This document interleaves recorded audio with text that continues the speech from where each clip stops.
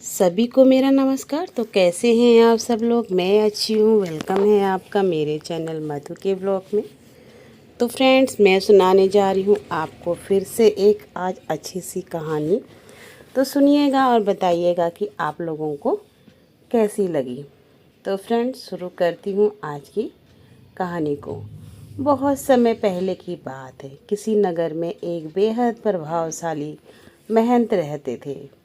उनके पास शिक्षा लेने हेतु कई शिष्य आते थे। एक दिन एक शिष्य ने महंत से सवाल किया, स्वामी जी, आपके गुरु कौन हैं? आपने किस गुरु से शिक्षा प्राप्त की है? महंत शिष्य का सवाल सुनकर मुस्कुराए और बोले, मेरे हजारों गुरु हैं। यदि मैं उनके नाम गिनने बैठा तो सुबह से शाम, शाम से कई दिन और कई दिन से कई महीने लग जाएंगे।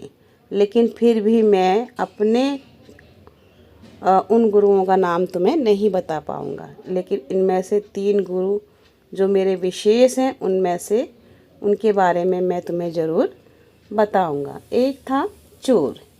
एक बार रास्ता भटक गया था मैं, और जब दूर किसी गांव में पहुंचा तो बहुत देर हो गई थी। सब दुकानें और घर बंद हो चुके थे। लेकिन आखिरकार मुझे एक आदमी मिला जो एक दीवार में सेंध लगाने की कोशिश कर रहा था। मैंने उससे पूछा कि मैं कहाँ ठहर सकता हूँ, तो वह बोला कि आधी रात हो गई है, इस समय आपको कहीं आसरा मिलना बहुत मुश्किल होगा, लेकिन आप चाहें तो मेरे साथ ठहर सकते हैं। मैं एक चोर हूँ, और अगर एक चोर के साथ रहने में आपको कोई परेशानी नहीं हो तो आप मेरे साथ रह सकते हैं।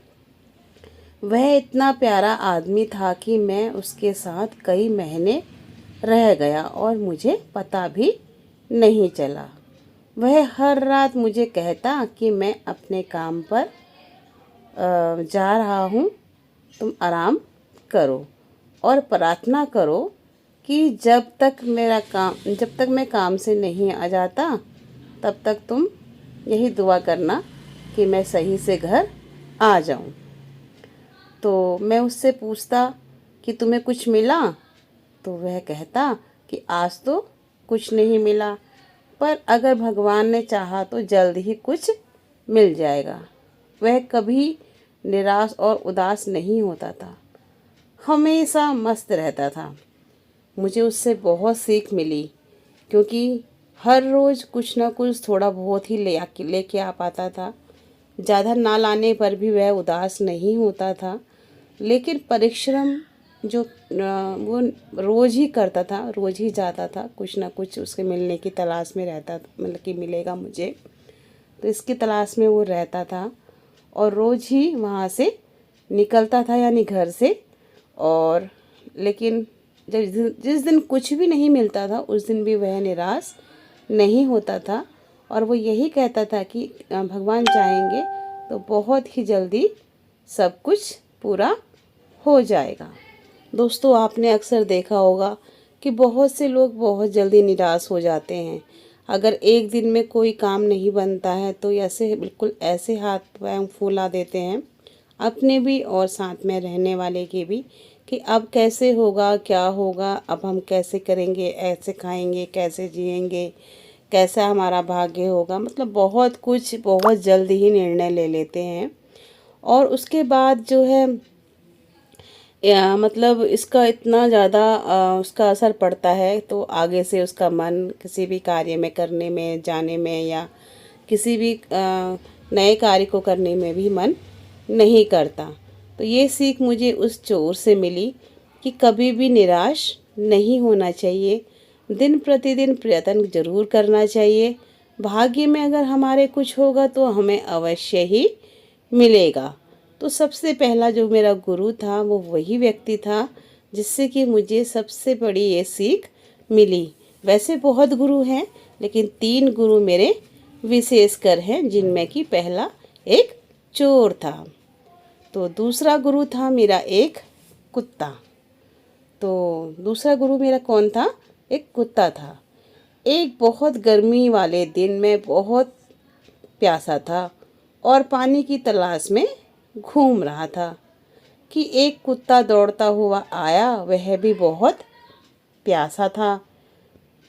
पास ही एक नदी थी। उस कुत्ते ने आगे जाकर नदी में झांका तो उसे एक और कुत्ता पानी में नजर आया।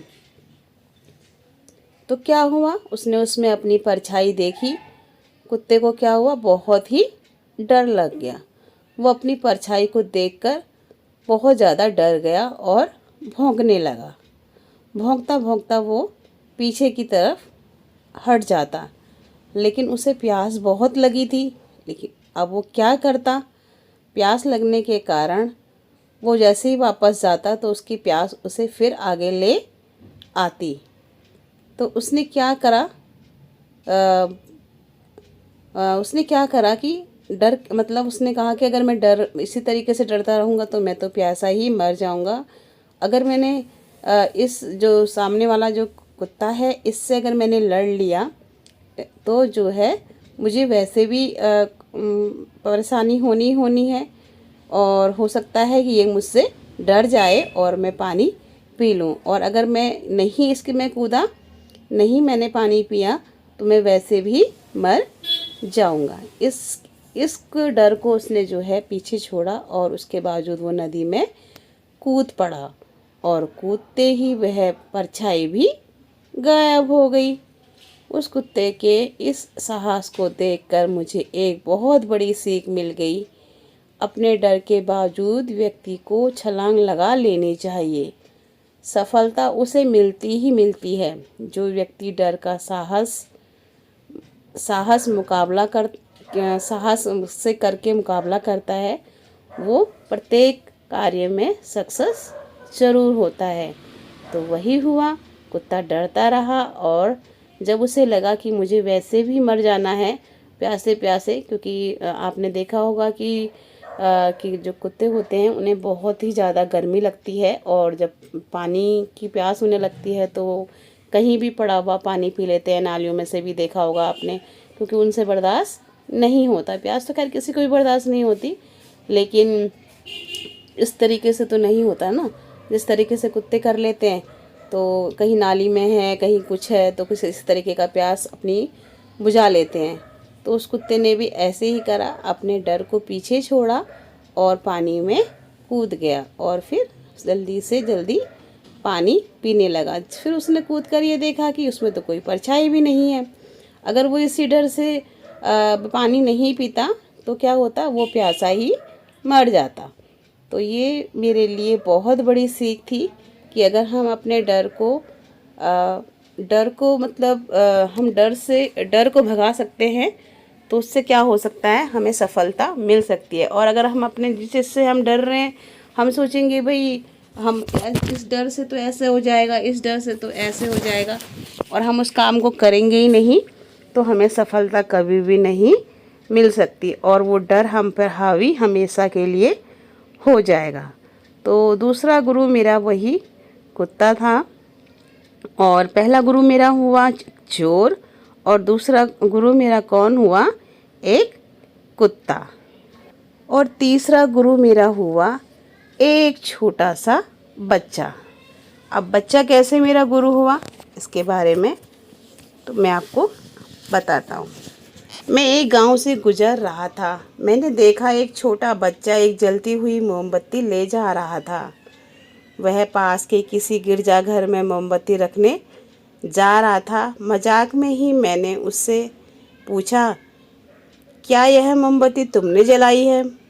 वह बोला, जी मैंने ही जलाई है। तो मैंने उससे कहा कि एक क्षण था जब यह मोमबत्ती बुझी हुई थी और फिर एक क्षण आया जब यह मोमबत्ती जल गई। क्या तुमने मुझे वह स्रोत दिखा सकते हो जहाँ से यह ज्योति आई है? वह बच्चा हंसा और मोमबत्ती को फूंक मारकर बुझाते हुए बोला, अब आपने ज्योति को जाते हुए देखा है, कहाँ गई वह? आप ही मुझे बता दीजिए। मेरा अहंकार चकनाचूर हो गया। मेरा ज्ञान जाता रहा और उस क्षण मुझे अपनी मूर्खता का एहसास हुआ। तब से मैंने कोरे ज्ञान से हाथ धो दिए। शिक्षा होने का अर्थ क्या है? शिष्य होने का अर्थ क्या है? शिष्य होने का अर्थ है पूरे अस्तित्व के प्रति खुले होना, हर समय हर ओर से सीखने को तैयार रहना। जीवन का हर क्षण हम कुछ न कुछ सिखाने का मौका देता है। हमें जीवन में हमेशा शिष्य बनकर अच्छी बातों को सीखते रहना चाहिए। यह जीवन हमें आए दिन किसी न किसी रूप में किसी न किसी गुरु से मिलाता रहता है। यह हम पर निर्भर करता है कि हम उस महंत की तरह शिष्य बनकर या गुरु से मिलने वाली शिक्षा को ग्रहण कर पा रहे हैं कि नहीं। तो यह सब हम पे किस पे निर्भर करता है?